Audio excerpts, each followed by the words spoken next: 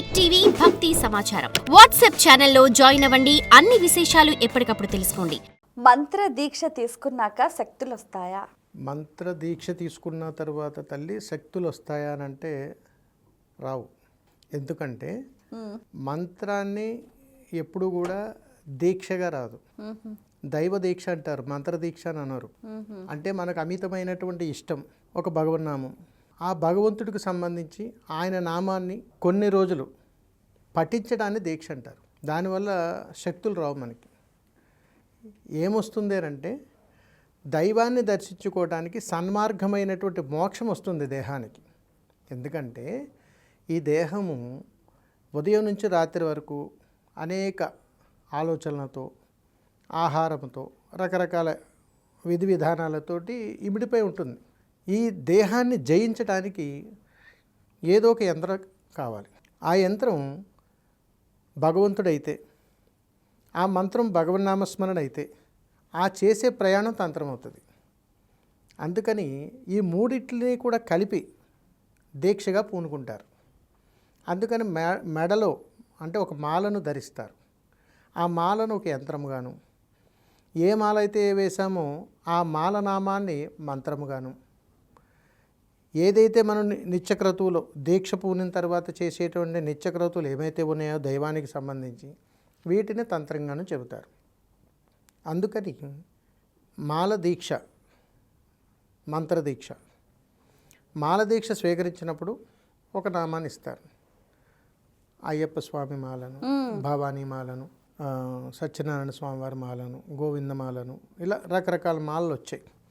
ఇవన్నీ భగవంతుని ప్రసన్నం చేసుకోవటానికి వేసుకునేటువంటి మాలధారణలు, భగవంతుని చేరుకోవటానికి వేసుకునేటువంటి దీక్షలు. ఈ దీక్షలో భగవంతుని దర్శనం కోసం మనకు మార్గం ఏర్పడుతుంది తప్ప శక్తులు రావు తల్లి. శక్తులు వచ్చేటువంటి దీక్షలు వేరు. అంటే ఇప్పుడు మనం మంత్రం జపం చేయగా మనలోని శక్తి జాగృతం అవుతుంది కదా అని. అది సాధన. అది సాధన. సాధన సాధన అంటే సొంతం చేసుకోవటం, ప్రసన్నం చేసుకోవటం, అనుభవించడం, అనుభూతిని పొందడం, మనది అని అనిపించుకోవటం, దానికోసం ప్రాధేయపడటం, ఆ విధంగా చేసేటువంటి దాన్ని సాధన అంటారు, దీక్ష అంటారు. సాధనను దీక్షగా చేస్తే సాధకుడు అవుతారు. ఆ సాధన వేరు, ఈ సాధన వేరు. ఇంకోటి ఏంటంటే ఇప్పుడు మనం మంత్రం జపించటం, లేకపోతే మంత్రాన్ని మీరు ఇందాక చెప్పినట్టుగా మననం చేయటము, ఇది శారీరకంగా చేసే ప్రక్రియ. ఇలా చేసినప్పుడు ఆత్మకు శక్తి లభిస్తుందా? మంత్రాన్ని ఒకసారి పలికితే ఆత్మానందం పొందుతుంది నిజంగా తల్లి.